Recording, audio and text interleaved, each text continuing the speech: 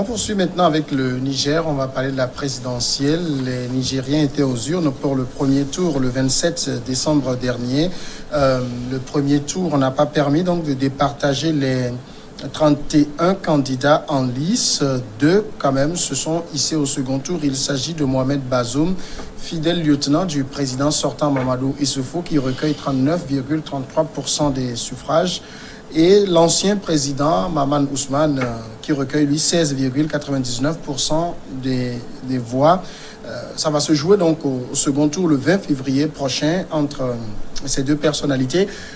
Mais sans faire plus, ce sont quand même deux grands connaisseurs du Niger qui s'affrontent. Oui, il y a le ministre de l'Intérieur du président sortant, Issoufou, et l'ancien président de la République déposé par un putsch militaire. Monsieur Bazoum a eu tous les soutiens nécessaires qu'il fallait en tant que ministre et a utilisé les moyens de l'administration. Mais malheureusement, lui-même a promis un coup KO, mais malheureusement, il n'a pas pu, parce que d'après les informations en ma possession, plusieurs écrits et dénonciations dit qu'il n'est pas malien. Nigérien. Et qu'il n'est pas nigérien. Et certains même ont brandi sa carte d'identité, son certificat d'origine et autres. Il y en a plusieurs. Les âges, les dates de naissance, les lieux de naissance, tout ça là, il a au moins une dizaine. Ce qui veut dire que la population n'a pas adhéré à son élection. Mais comme il est soutenu par une quarantaine de partis, il n'a pas pu franchir la barre de 50%. Maintenant, au deuxième tour, nous allons passer au jeu des alliances. Bon, j'ai aussi appris que l'ancien président n'a pas pu faire un bon score parce que son soutien, l'ancien Premier ministre, l'appel qu'il a lancé pour qu'on vote pour lui, l'appel n'a pas atteint les contrées parce que l'information a été donnée tardivement. Ce qui veut dire qu'au deuxième tour, ils ont au moins un mois pour pouvoir parcourir le terrain et faire une bonne campagne. Parce que compte tenu de la situation au Niger, moi j'ai l'impression que la population veut un changement. Alors justement, il y a quand même une question qui se dégage parce qu'il y avait, j'allais dire, ce virus du Koukaro qui circulait un peu dans la zone CEDEAO. Le Niger n'a pas été touché. Oui, au moins, et moi j'applaudis sur les 4 pays de la sous-région ouest-africaine qui ont organisé des élections, en tout cas dans les pays francophones, le Togo, la Côte d'Ivoire, la Guinée. Le Niger a fait l'exception. Le Ghana. Non, pour les pays francophones. Pays francophones. Ils ont c'est chez nous que ça a commencé, le coup KO. Après, c'est la Côte d'Ivoire qui a pris le relais, la Guinée. Les Nigériens pensaient qu'il y aurait un coup KO aussi pour Bazoum, mais non. Ça veut dire qu'il y a une sorte de maturité démocratique dans ce pays. Et depuis très longtemps, on en parlait, le Niger dispose d'une assise démocratique assez avancée, en tout cas sur certains pays de la sous-région ouest-africaine. Je parle surtout des pays francophones. Alors, la surprise n'était pas assez grande, parce que beaucoup de Nigériens savaient que forcément Bazoum ne pourra pas passer. Il y a des raisons qui qui expliquent véritablement le non-attachement des Nigériens derrière, ou la non-mobilisation des Nigériens derrière le choix qui est porté sur la personne de Bazoum. Firklou parlait tout à l'heure de ses multiples nationalités et tout le reste. C'est vrai, aujourd'hui, les Nigériens ont besoin de savoir qui va les gouverner. Après le départ de l'actuel président, il faut savoir qui prend leurs préoccupations à cœur pour pouvoir les défendre. Et quand on voit un peu ce qui se passe sur le territoire nigérien, la question de djihadisme, l'insécurité, le terrorisme, etc., il y a eu encore des décès, des morts dernièrement. Et le jour de la proclamation des résultats, les Nigériens ont besoin d'avoir quelqu'un sur qui ils peuvent compter. Et donc aujourd'hui, Bazoum n'eût été le soutien du parti au pouvoir, le PNDS, je pense que Bazoum ne passerait pas. Ça s'est passé en RDC dernièrement avec le candidat de Kabila qui n'a pas pu passer le premier tour. Et donc au second tour, il faut forcément des alliances, de très fortes alliances. Et c'est à cela que l'ancien président et sa candidature ou sa position inquiète. puisqu'il a déjà eu à gouverner le Nigeria pendant très longtemps, le Niger pendant un moment, il a été déposé par l'armée parce qu'il avait ses ambitions de traficoter la Constitution, etc. Lui, il n'avait même pas fini son mandat. Maman Ousmane a été élu. C'est le premier président démocratiquement élu du Niger. Qui a été déposé en 96. Voilà, il a fait 3 ans. Il avait été malheureusement déposé par l'armée. Et donc aujourd'hui, il a déjà dirigé le Niger pendant 3 ans, 4 ans, c'est beaucoup.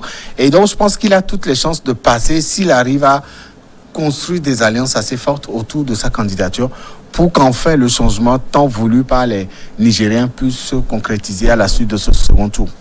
On a déjà vu sur le continent, j'ai en mémoire le cas de la Guinée, on se rappelle 2010, il y avait Cellou Dalein Diallo en tête, avec 44%, suivi de Alpha Condé qui avait 18%. Mais Condé passera au second tour. Est-ce qu'on peut dire que pour le deuxième tour, dans le cas du Niger, Bazoum est favori ou ça peut basculer? Oui, ben, en regardant le score, 39,33 contre 16,99, peut-être mathématiquement, on pouvait dire que c'est lui qui a mobilisé plus de personnes et que Bazoum pouvait passer. Mais les choses ne sont pas aussi mathématiques en politique.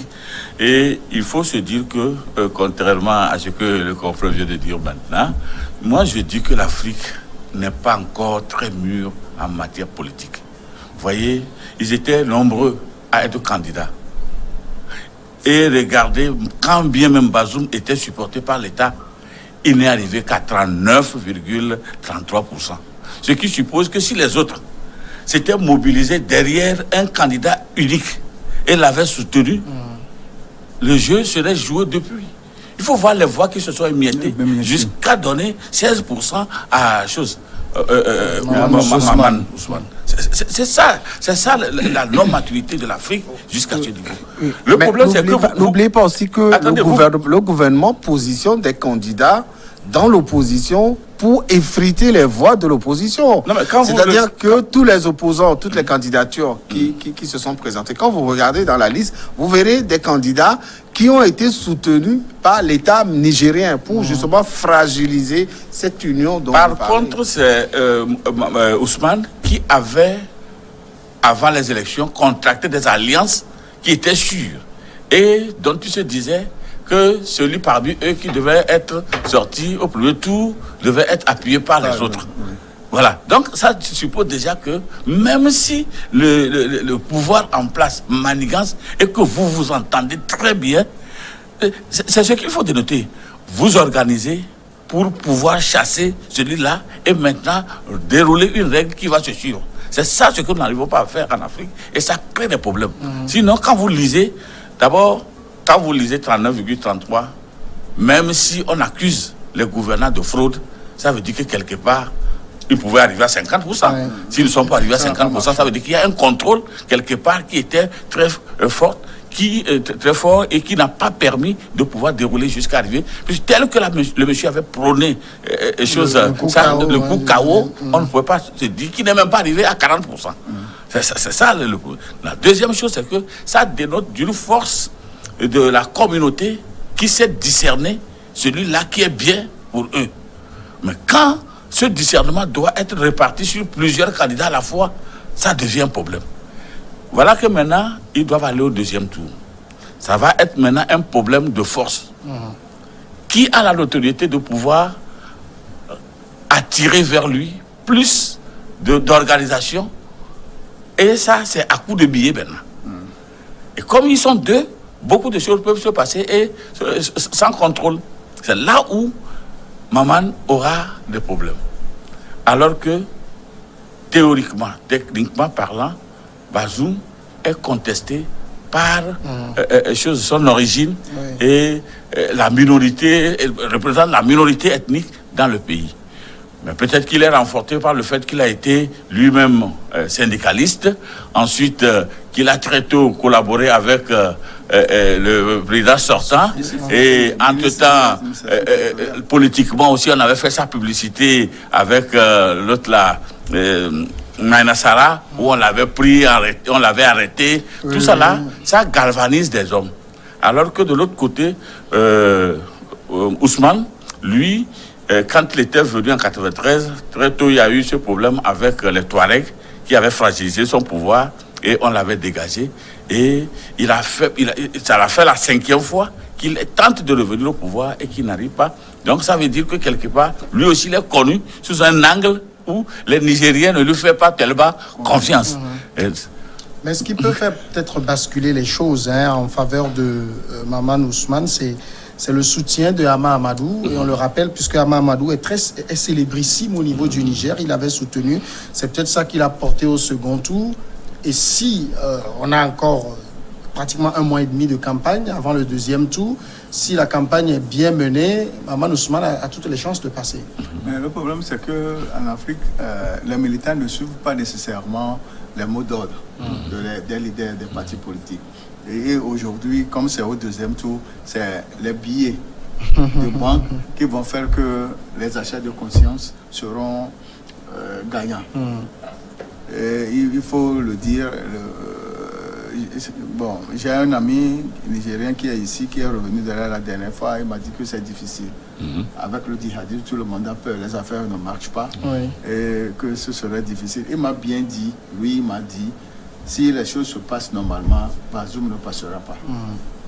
Bazoum ne passera pas. Bon, donc, comme c'est la politique et que les billets craquants vont parler, on va voir ce que ça va donner. Mais il faut une bonne campagne et ce monsieur sera recalé. S'il avait au-delà de 40%, que peut-être ça serait 8 ou 7%, on pourrait dire que les partis, pour le moins 3 leaders de partis politiques peuvent dire voilà. Maintenant, comme c'est en dessous de 40%, ça serait un peu difficile. Et puis, Maman Ousmane part également avec un léger avantage, c'est que avant le premier tour, il y avait eu une sorte de pacte, une alliance avec les autres candidats pour être soutenu, pour que le candidat le mieux positionné soit soutenu en cas de second tour. Et ça va l'avantager cette fois-ci. Oui, ça va l'avantager, sauf que ces promesses ont été faites avant les élections. Et aujourd'hui, les choses peuvent changer. Vous savez, c'est un marché, c'est une sorte de mercato actuellement au Niger. C'est le plus offrant qui passera. Et quand on sait un peu la force financière du PNDS qui soutient Bazoum aujourd'hui, il faut s'inquiéter. Seulement que les Nigériens ont très vite compris aussi la nécessité de faire prévaloir la notion du nationalisme. C'est-à-dire la notion de celui qui est un vrai Nigérien. Vous savez, ce n'était pas à dessein que c'était pas fortuit que les origines de Bazoum ont été mises sur la place publique à quelques jours des élections. C'est parce que pendant très longtemps, beaucoup soupçonnaient que Bazoum est un étranger et qu'il n'est pas nigérien d'origine. Et donc, ils ne veulent pas d'un étranger pour diriger ce pays. Si le Nigérien même, le président sortant nigérien d'origine n'a pas pu réussir à gérer la crise du terrorisme, ce n'est peut-être pas un étranger qui viendra faire l'affaire. Et donc aujourd'hui, le candidat de l'opposition a une légère avance. Il faut se fier aux alliances qui vont être faites et aux promesses qui ont été faites par le reste des partis politiques. Mais moi, j'estime que ces accords auraient pu être signés bien avant le premier tour si tous ces partis participant à ces élections ont accepté de se réunir et de mobiliser leurs actions autour d'une candidature unique. Aujourd'hui, on ne parlerait plus d'un deuxième tour, peut-être. On serait en train de parler du retour au pouvoir du candidat de l'opposition à la suite du premier tour de cette élection présidentielle. Alors, quand on prend très bien les résultats du premier tour, au niveau du 3e et du 4e, vous avez Seynou Oumarou et Albade Abouda. Les deux ont respectivement 8,95 et 7,07%. Il y a l'ancien Premier ministre... l'ancien ministre des Affaires étrangères, Ibrahim Yacouba, qui est 5e avec 5,38. C'est des gens qui pourraient faire office de faiseurs de roi. Oui, réellement. Et puis, vous voyez, le danger au Niger aujourd'hui, c'est que les alliances se font et se défont rapidement. C'est le propre de la plus politique offrant. aussi. Donc, Yacouba aujourd'hui semble être avec Ousmane. Parce qu'il fait partie des hommes dont il avait signé les pactes avec. Donc, ajouté aux deux autres, en principe, les décomptes devaient aller très vite. Mais est-ce que les choses vont rester tels. Parce que c'est des gens qui se sont déjà battus sur le terrain. Et au cours des campagnes, chacun voulait prendre le dessus. Quels sont les langages qui étaient sortis? Qu'est-ce que ça a dû créer dans les relations qui les alliaient lorsqu'ils signaient des pactes? Est-ce que le pacte-là reste dans les mêmes conditions qu'avant? Voilà là où je parlais du danger, du fait qu'ils n'ont pas pu s'attendre en amont pour désigner quelqu'un pour être... Parce que si on totalisait les voix des trois personnes qu'on a tutées, ça fait 20%. Plus les 19 là, ça fait environ 40% pour l'autre. Voilà, ça devait aller rapidement et peut-être que ça devrait inciter même les Nigériens à pouvoir voter pour Ousmane, parce que l'autre déjà avait ce déni de la population du fait de son origine. Donc des gens devaient déjà comprendre ça très tôt, que l'argument, il y avait un argument fort qui ne permettait pas à celui-ci de marcher et qu'il fallait s'entendre, faire confiance en une personne et l'amener. Qu'est-ce qui arrive à la classe de l'opposition de ne pas s'entendre et de faire confiance à une personne et la propulser devant? Maintenant, quand vous regardez la différence entre 39 et 16, il y a plus d'arguments à pouvoir dire que celui de 39 est arrivé à sortir au deuxième tour que de dire que celui qui a 16% sort en deuxième tour. Et ensuite, celui qui a 39% est qu'il sort du gouvernement sortant, dont toutes les institutions aujourd'hui sont gouvernées par les hommes de ce régime. Est-ce que vous voyez? Et dans les communautés, dans les régions, ceux qui gouvernent là-bas sont des pro-gouvernants et qui veulent. La troisième chose, c'est que je ne sais pas ce que le président nigérien actuel qui est en train qui sort aujourd'hui, a comme notoriété dans la communauté nigérienne.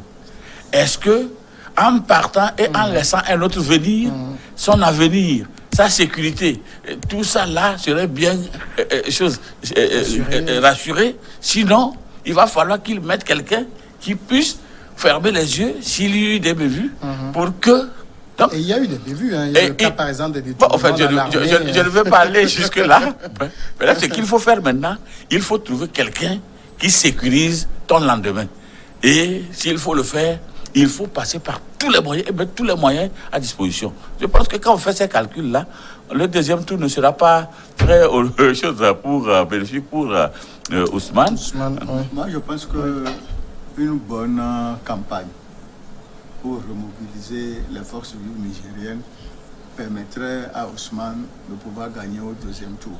Parce que le choix de Bazoum n'a pas eu l'adhésion des militants du PNDS et des gens ne sont pas d'accord avec lui. La seule chose qui reste aujourd'hui, c'est une forte remobilisation. Justement, vous me donnez raison, parce que si on l'a choisi malgré sa contestation interne, c'est qu'on sait qu'il peut rendre un service. Et quand on veut que quelqu'un rende un service, c'est qu'on lui donne tous les moyens pour rendre le service. Et nous ne devons pas perdre de vue que l'ancien chef d'État passe, mais quelqu'un qui puisse assurer son derrière ne marche plus. Prenons le cas de l'Angola. Non, c'est possible. Il y a eu l'Angola, il y a de la Mauritanie. Prenons le cas il y a au moins 3 pays. Mais le moindre mal est par là. Ils sont... Oui, mais le moindre mal est par là. Aucun ancien chef d'État ne peut prédire que son remplaçant va fermer son derrière. Ça, ce n'est plus sûr. Ce n'est plus sûr. Parce que les affaires sont les affaires. Peut-être ce qui a aussi empêché peut-être Mohamed Bazoum de gagner dès le premier tour, c'est que, et on l'a vu durant la campagne, on s'est fortement focalisé sur ses origines. Il est né dans la région de Difa, c'est dans le sud-est. Il est arabe et c'est une ethnie ultra majoritaire au niveau du Niger. Et ça, au second tour, ça peut être contre lui.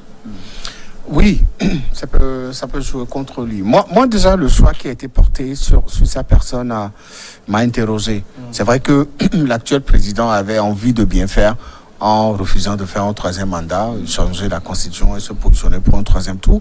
Il a très vite dit, mais j'ai l'impression que son départ risquerait de se jouer contre lui si Bazoum ne passe pas. Le choix qui a été porté sur ce ministre, cet ancien ministre, était problématique. Au sein du PNDS, il y avait eu des remous, il y avait eu des interrogations, les gens n'ont pas voulu, les gens se sont interrogés, etc. Mais Aujourd'hui, que la question de ses origines est encore mise sur la place publique, ça joue contre lui. Mais je pense que pour le deuxième tour, il doit batailler dur, puisque il y a au sein de la communauté nigérienne aujourd'hui cette envie d'aller à autre chose. L'actuel président, comment il s'appelle? Mamadou Issoufou a tant donné. Il a tant donné aux Nigériens. Il a fait ce qu'il pouvait en 10 années. Je pense qu'il faut aussi donner la chance pour les Nigériens à un autre qui viendra faire ce qu'il pourra faire aujourd'hui. La continuité n'est pas dans l'esprit aujourd'hui des Nigériens. La preuve, le candidat du PNDS n'a pas dépassé 40%. Non, je pense que le calcul plutôt était mal fait par Issoufou. Il aurait pu choisir comme remplaçant quelqu'un qui est dans une majorité ethnique nigérienne. Ouais, les choses se seraient jouées autrement. Est-ce qu'il avait là? Les choses se seraient... Mais c'est la crise de confiance tout autour de lui et le choix porté sur celui-là. Oui, mais Il n'y a eu que... C'est-à-dire, en matière politique, il y a ce que nous appelons des discours propagandistes. Le seul fait qu'on a dit, lui là, c'est un arabe. Il est minoritairement... il vient d'une ethnie minoritaire, a fait que le langage a basculé. Est-ce que vous voyez? Des gens pouvaient peut-être être du côté de Issoufou pour pouvoir aider le monsieur, mais comment... Ça veut dire que les gens sont finis au Niger.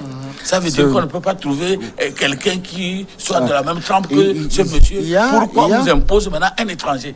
Il y a aussi une autre raison qui motive véritablement cette décadence. Hein. Vous savez, quand Issoufou avait dit qu'il n'ira plus à un troisième mandat, ça n'a pas plu à beaucoup de ces militants. Hein. Voilà. Au sein du PNDS, non, tout le monde s'attendait à ce que, puisque c'est la mode aujourd'hui. On change de constitution, on change une petite virgule et tout de suite on commence par sortir les gros mots juridiques pour expliquer son retour. Et donc beaucoup s'attendaient à ce que ici il faut aussi joue le jeu de ces négociations, de ces lui-même il est pris dans son piège parce modifications. En faisant cela, des Nigériens devraient me compter sur, je ne sais pas, son ouverture démocratique. Et donc le fait qu'il ait dit aveuglement. Le fait qu'il ait dit non aussi, ça a dérangé beaucoup. Ça a dérangé beaucoup. Et ceux que ça a dérangé sont en train de sortir des vieux dossiers de Bazoum pour le faire perdre au deuxième tour. Et tout ça se joue dans sa propre formation politique. Et donc aujourd'hui, Bazoum, et en tout cas pour le choix qui a été porté sur sa personne, ça pose problème. Et je crois que les Nigériens vont peut-être opter pour un changement qui permettra à l'ancien président de revenir aux affaires pour justement réaliser ce que Issoufou moi je mets des doutes par rapport à votre dernière conclusion parce que c'est maintenant que tout l'entourage de Issoufou doit batailler parce que Issoufou lui il est en train de partir. Quand il y aura des redditions de comptes, c'est son entourage qui avait travaillé avec lui qui sera les premiers indexés. Donc ils ne donneront jamais cette possibilité à une personne ne manant pas de leur congrégation pour venir là-bas parce que ça va créer beaucoup de choses. C'est eux finalement qui vont financer. Moi je suis en train de les voir en train de financer pour acheter même dans les partis de l'opposition des gens pour venir vraiment aider Bazoum à gagner parce que toute leur sécurité et tranquillité dépend de la victoire des choses. Parce que le président, lui, justement, quand vous aviez dit, quand il a annoncé, les gens n'étaient pas contents, ce n'était pas qu'il n'était pas content qu'il partait. Vous partez, vous nous laissez avec tout ce que nous avons fait ensemble. C'est vrai que si on prend mathématiquement les chiffres, on a une très forte participation. Presque 70% des Nigériens se sont déplacés pour aller voter. Une très forte participation, mais si le candidat du pouvoir n'a que 39%, ça veut dire qu'il y a au moins pratiquement plus de la moitié qui ne veulent pas de lui. Oui. Et ça s'explique parce que quand j'ai appris que la différence entre lui et l'autre, là, c'est environ 1 million, c'est que Bazoum a fait plein de voix. Le verre est plein. Ouais. Il ne peut plus aller au-delà de ça. Il ne peut plus aller au-delà de ça. Par contre, Ousmane, une bonne campagne, une mobilisation et les dossiers de Bazoum et de Issoufou sortis sur la place publique vont faire que les gens vont voter pour Ousmane pour faire partir cette équipe dirigeante. Et il y a aussi un autre faiseur de roi qui déjà en 2000, je pense en 2016, avait été faiseur de roi, c'est Ibrahim Yacouba, qui avait appelé à voter pour Mamadou Issoufou en 2016. Ça lui a valu de rentrer au gouvernement avant d'être limogé en 2018. Forcément, il va soutenir Ousmane. Oui. Non, mais il est déjà dans son alliance. Et puis, déjà, il a commencé par expliquer des fraudes constatées au niveau de la CEDI par rapport aux élections. Dommage, bon, puisque au moins le Niger est passé dans un processus apaisé. Moi, j'étais en train de dire que est-ce qu'en faisant ça, il ne va pas raviver encore des rancœurs à un moment donné. Mais s'il est dans sa logique de pouvoir porter Ousmane au pouvoir, alors là, je pense que c'est du travail de fond d'abord pour pouvoir faire les choses. Bon, il ne faut pas aussi passer sous silence le poids que représente la France dans ce processus électoral avec la question de l'uranium, Areva et tout le reste. Il faut aussi comprendre que la France a sa part à jouer dans le choix du nouveau président au Niger, celui qui pourra véritablement Ousmane donne toutes les garanties à Areva. Il donne toutes les garanties à la France. Il faut plutôt remonter dans le passé pour voir qu'est-ce qui a fait clôturer son mandat précipitamment. Est-ce que vous voyez les Touaregs qui étaient venus, on sait comment les Touaregs maintenant, ceux qui nous attaquent en Afrique, là, on sait comment ils sont montés et ils nous attaquent et on sait de quelle origine ils sont. Et puis, voilà, Passons à la pause, c'est la grande pause et nous allons revenir dans une dizaine de minutes.